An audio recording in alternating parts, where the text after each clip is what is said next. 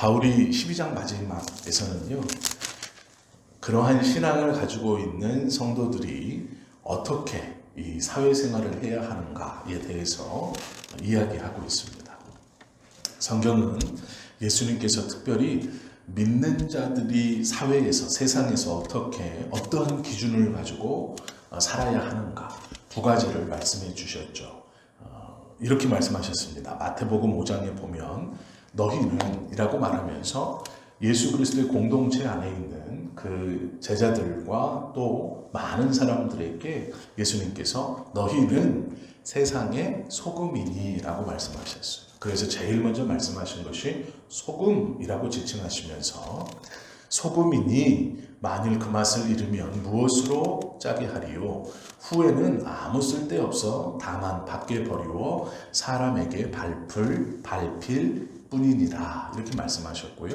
바로 연결해서 너희는 이라고 또 한번 부르신 다음에 세상의 빛이라 산 위에 동네가 숨기우지 못할 것이요 사람이 등불을 켜서 발 아래 두지 아니하고 등경 위에 두나니 이러므로 집안 모든 사람 앞에 비추느니라 라고 말씀하셨죠. 예수님께서는 믿는 사람이 세상을 살아가면서 두 가지 꼭 기억하며 살아가야 하는 게 너희들은 소금이고 빛이다 이렇게 말씀해 주셨어요. 바울은 조금 더 구체적으로 그 믿는 사람이 어떻게 살아가야 하는가를 조금 더 나누어서 두 부류의 사람, 형제요 친구들에게 대할 때 그리고 원수들, 대적자들에게 대할 때 이 두 부류에게 우리 주변에 있는 나의 형제와 나의 친구들, 즉 그리스도 안에서 신앙을 함께하는 사람들 그리고 그 신앙을 반대하는 대적자들 이들에 대해서 어떻게 생활하고 살아가야 하는가에 대해서 오늘 말씀해 주시는 거죠. 성경은요, 축복하라, 악으로 갚지 말라, 원수 갚지 말라 이렇게 권면합니다. 왜 그러냐면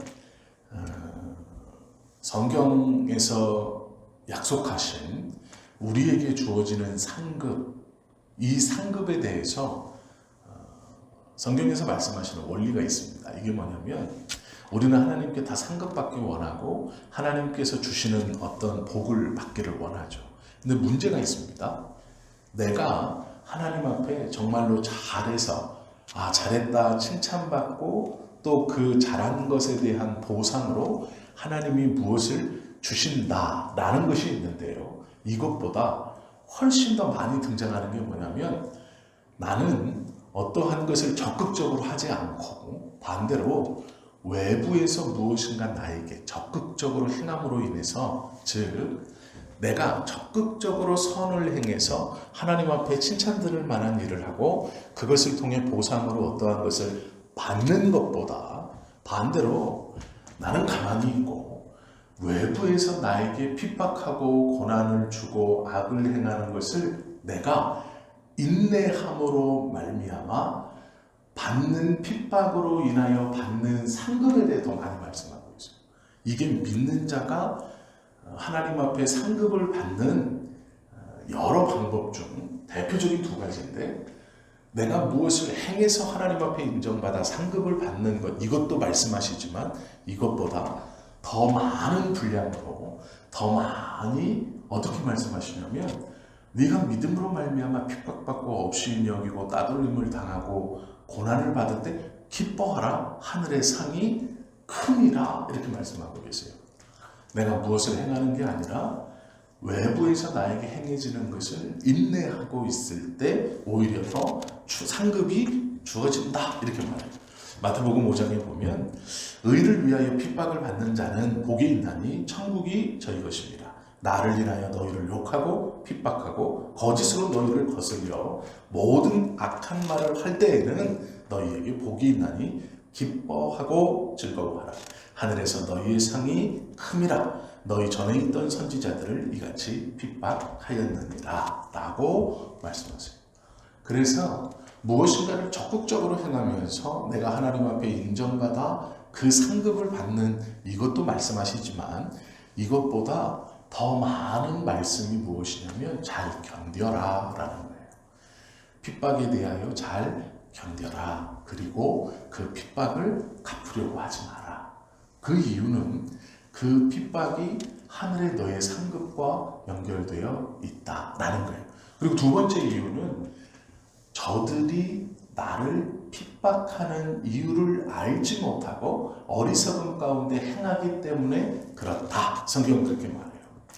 누가복음 23장 하반절에 보면 백성들이 예수 그리스도를 십자가에 못 박으라고 소리 지르고 공회를 쫓아와서 예수님을 내어달라고 소리 지르고 또 결국에는 예수 그리스도를 십자가에 못 박습니다. 그런데 예수님께서 돌아가시기 전에 하나님 앞에 기도하는 내용에 이런 게 있어요. 아버지여 저희의 죄를 사하여 주시옵소서. 자기의 하는 것을 알지 못함으로 인함입니다. 이렇게 말해요. 이게 무엇이냐면 저들에 대해서 저주하시거나 저들에 대해서 원망하시거나 하나님 앞에 저들의 처분을 맡기는 것이 아니라 오히려 저들이 몰라서 지금 핍박하고 있으니 저희들의 무지 때문에 일어난 일이니 용서해 주십시오. 이렇게 말하는 거예요.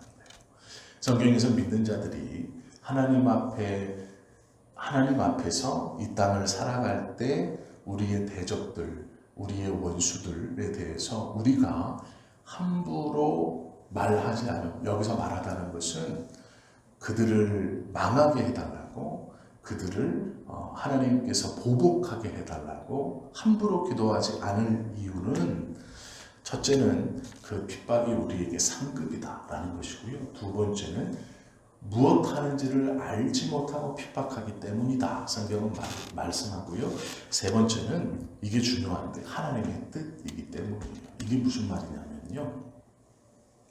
베드로후서 3장 9절에 보면 그들이 우리를 저주하고 핍박하는 것은 핍박함으로 그 핍박으로 인하여 그들이 멸망하는 것을 하나님이 기뻐하지 않으신다. 그러므로 하나님은 오래 참으신다. 이렇게 말씀하고 있어요. 에스겔서 33장 19절에 보면 이렇게 말해요. 만일 악인이 돌이켜 그 악에서 떠나 법과 의대로 행하면 그가 그로 인하여 살리라. 이 말씀이 뭐냐면 악한 것에 대해서 우리가 그들을 저주하고 하나님 앞에 그들을 빨리 이 문제를 해결해주고 그들이 그 죄로 말미암아 멸망받아야 합니다 라고 섣불리 기도하거나 소원하지 말고 인내함으로 있어야 할 것의 세 번째는 그 핍박하는 것으로 말미암아 이들이 망하거나 이들이 죽는 것을 하나님은 원치 않고 오히려 그들이 돌아서기를 기다리고 계시는 분이시기 때문이에요. 그렇기 때문에 우리도 하나님의 그 기다림에 따라 우리도 하나님의 백성이기 때문에 기다려야 한다. 이것이 성경의 가르침이다라는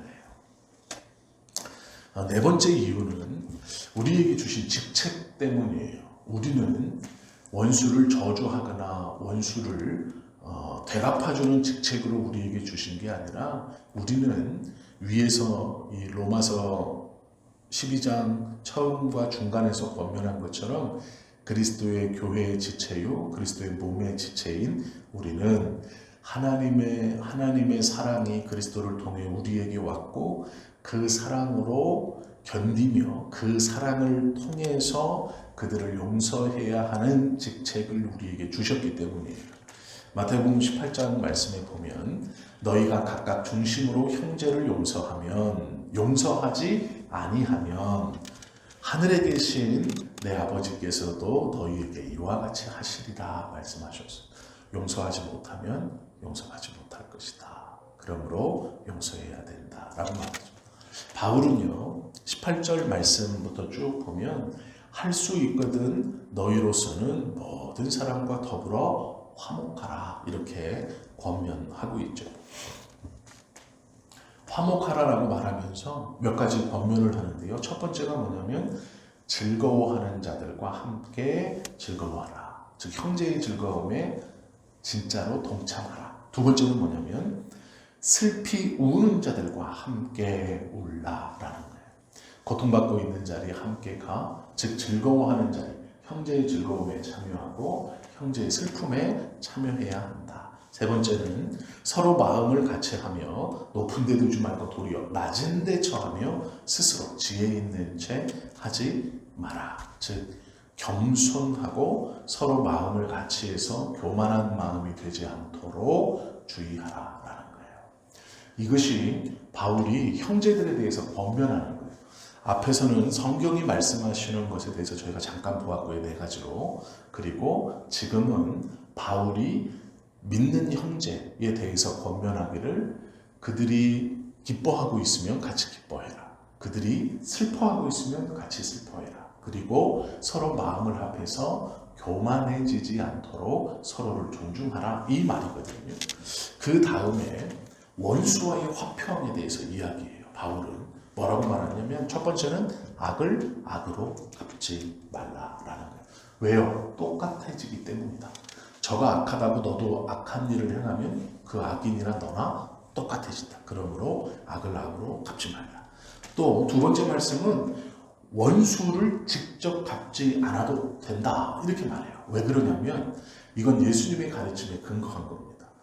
예수님께서 마태복음 5장에 이렇게 말씀하셨어요. 또 눈은 눈으로 이는 이로 갚으리라 하였다는 것을 너희가 들었으나 나는 너희에게 이르노니 악한 자를 대적치 말라. 누구든지 내 오른편 뺨을 치거든 왼편도 돌려대라. 이렇게 말씀하시면서 원수 갚는 것에 대해서 하지 마라. 이렇게 말씀하세요. 그러면 무조건 하지 마라. 이렇게 말씀하시느냐? 그렇지 않죠. 왜 그러냐면 원수 갚는 것을 멈출 뿐 아니라 그 원수를 위해서 기도하라. 이렇게 말씀하시거든요. 그 이유가 있어요.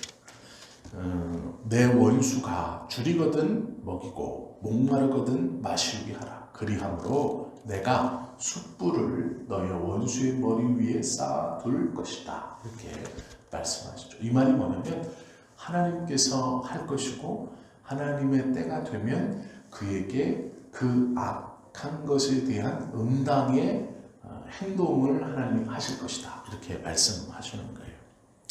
우리는 선한 일이나 모든 일에 있어서 하나님의 말씀을 따라가야 하는 사람들입니다. 세상 사람들에게는 한없이 참는 것이 미련한 것처럼 보일 수 있어요. 그러나 그것이 하나님께서 우리에게 성경을 통해 명령하신 말씀이에요. 많이 억울하고 많이 속상하더라도 하나님의 말씀을 따라가는 것이 우리들의 삶의 모습이어야 하기 때문에 성경에서 권면하시는 대로 행동하시는 게 맞아요. 하나님은 저들이 하는 핍박으로 우리에게 놀라운 상급을 주시고 또한 저들이 무엇을 하는지 깨닫지 못하고 미련한 가운데 우리를 핍박한다 라고 말씀하셨고 그 악으로 말미암아 저들이 속히 멸망하는 것을 하나님이 원치 아니하셔서 기다리고 계시는 하나님이시고 또 우리에게는 저주나 전쟁보다 사랑과 품어줌과 용서의 직책을 주셨다라는 거예요. 그리고 형제에 대해서 구체적으로 즐거워할 때 함께 즐거워하고 슬퍼할 때 함께 슬퍼하고 서로 마음을 합해서 교만하지 말고 마음을 낮은 데도 서로 존중하고 겸손하게 살아가야 한다. 원수에 대해서 악을 악으로 갚지 말고 또 하나님께서 기다리심같이 기다리며 그러면 하나님께서 때가 되심에 그 머리에 숯불을 쌓아놓은 것처럼 하나님이 해결해 주실 것이다 라고 권면하시는 그게 오늘 로마서 12장 하반절의 말씀입니다. 한 주간 조금 기분 나쁘시고 속상한 일이 있더라도 그때마다 내가 하나님 앞에 기도하기 전에 오늘의 말씀을 꼭 기억하시고 하나님 그래도 인내하고 그래도 품어주고 한 번 더 생각하고 한 번 더 참아보고 하나님께서 말씀하신 그 말씀을 내 마음으로 지키기 위해 노력하는 자 되겠습니다. 이렇게 기도하고 견뎌 나아가시는 저와 여러분 모두가 될 수 있기를 예수님의 이름으로 축원합니다. 기도드립니다.